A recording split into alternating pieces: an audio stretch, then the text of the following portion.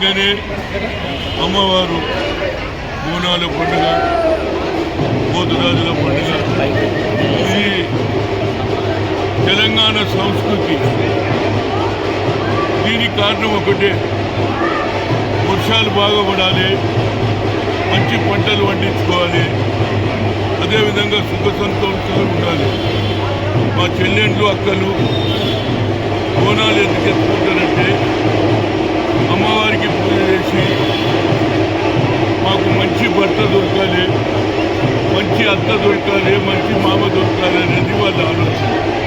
అదేవిధంగా అల్లుళ్ళను పిలుస్తాం, మంచి మటను, చికెను, ఫిష్ కూడా పెడతాం. ఇది మా సాంప్రదాయం. అదేవిధంగా ఇవాళ మంచి ఆలోచనతో సోనియా గాంధీ గారు 6 డిక్లరేషను, అదేవిధంగా అమ్మవారి దయ వల్ల ఈ భారతదేశంలో కొత్త హిస్టరీ. రేవంత్ రెడ్డి 4 ఏళ్లలో ముఖ్యమంత్రి అయ్యింది. ఎవరి వల్ల? మా మాంకలమ్మ దయ వల్ల, సోనియా గాంధీ దయ వల్ల. ఆయనకు నాది ఒకటే కోరిక, రాహుల్ గాంధీ గారు కన్యాకుమారి నుంచి కశ్మీర్ వరకు నడిచిన తర్వాత రైతుల సమస్య తెలుసుకున్నాడు, నిరుద్యోగ సమస్య తెలుసుకున్నాడు, అట్టడుగు ఉండే బీసీ ఎస్సీలకు న్యాయం జరగాలని ఆలోచన చేసి 75 ఏళ్ళ స్వాతంత్రం వచ్చిన అట్టడుగున్న బడుగు బలైన వర్గాలు అనగదొక్కుతున్నారు. వారికి సరి అయిన న్యాయం జరగాలంటే ముఖ్యంగా క్యాస్ట్ వైజ్ సెన్సస్ చేస్తా, అదేవిధంగా ఇచ్చిన ఇచ్చేదారి యుక్తి భాగీదారి అన్నారు. అంతటితో ఆగలే. 9th షెడ్యూల్లో ఉన్నటువంటి 50% కూడా దాన్ని ఆపేసి సంఖ్యాబలంగా ఎవరికి ఎక్కువగా జనం ఉన్నదో వారికి అధికారం ఇస్తా అన్నాడు. అందుగురించి నేను రేవంత్ రెడ్డి గారిని ఒకటే కోరిక కోరుతున్నా, అమ్మవారి దయ వల్ల నువ్వు ముఖ్యమంత్రి అయినావు, సోనియా గాంధీ దయ వల్ల అయినావు, రాహుల్ గాంధీ వల్ల అయినావు. కనుక నా ఉద్దేశంలో తెలంగాణలో మీరు అసెంబ్లీలో బిల్లు పెట్టారు, కానీ దాంతో పాటు ఇవాళ కులగన చేసిన తర్వాతనే నగరపాలిక పంచాయతీరాజ్ పెట్టాలి అనేది నా ఉద్దేశం. ఎందుకంటే ఇప్పుడు పెడితే మాకు అన్యాయం జరుగుతుంది. ముఖ్యంగా అన్ని రాజకీయ పార్టీలు ఎక్సెప్ట్ బీజేపీ తప్పితే అన్ని రాజకీయ పార్టీలు బీసీ కులగన జరగాలంటున్నారు, చలో ఢిల్లీ అంటున్నారు. రోజు పేపర్లలో ప్రతి బీసీ నాయకుడు పార్టీలకు అతీతంగా ఒక బీసీ ప్రధానమంత్రి ఉన్నా బీజేపీ వాళ్ళు ఏం మాట్లాడతలేదు. ఏదైనా నా ఉద్దేశంలో రాహుల్ గాంధీ గారు పార్లమెంట్లో అపోజిషన్ లీడర్గా కొద్దిలో తుట్టిలో తప్పిపోయింది. అయినా 240 సీట్లు మాకు వచ్చినాయి, వాళ్ళకు 398 వచ్చినది. ఏదైనా ఇవాళ అపోజిషన్ లీడర్గా పార్లమెంట్లో బిల్లు పెట్టాలి. తప్పనిసరిగా అన్ని రాజకీయ పార్టీలను పార్లమెంట్ మెంబర్లను కలుస్తా. గతంలో ఐఐఎంలో రిజర్వేషన్ లేదని సుప్రీంకోర్టు కొట్టేస్తే మా తల్లి సోనియా గాంధీ మన్మోహన్ సింగ్ చెప్పి పార్లమెంట్లో బిల్లు పెడితే పాస్ అయింది. అదేవిధంగా ఇప్పుడు కూడా బిల్ పాస్ చేస్తాం.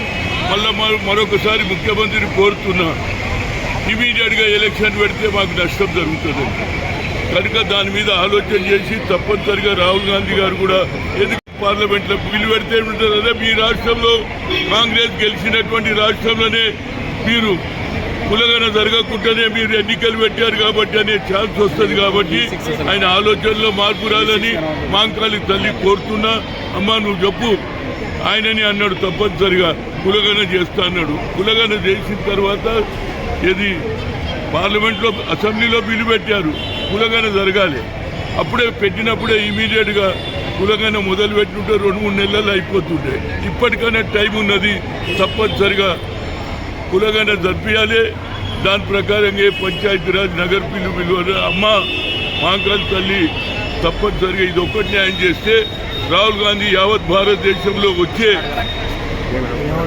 5 ఏళ్లలో తప్పనిసరిగా ఆయన ప్రధానమంత్రి అయితే బడుగు బలైన వర్గాలకు న్యాయం జరుగుతుందని నాయకుడుగా కోరుతున్నా. అమ్మ వర్షాలు కురిపించిన బాగానే ఉన్నాయి.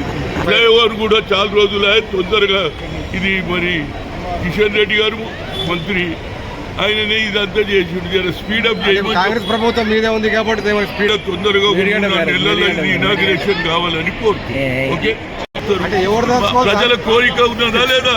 కృష్ణ అదే మాట్లాడుతున్నాడు, జాదుల సీన్ అదే మాట్లాడుతుండు, ప్రభుత్వం రిటైర్డ్ చిరంజీవి కూడా అదే మాట్లాడుతుండు. ఎందుకు కదా పని జరుపుకుంటే ఏదైనా జరుగుతుంది. ఇప్పుడు చూడు, ఇది మెట్రో అన్నాడు, నేను తప్పనిసరిగా చేస్తానడా లేదా?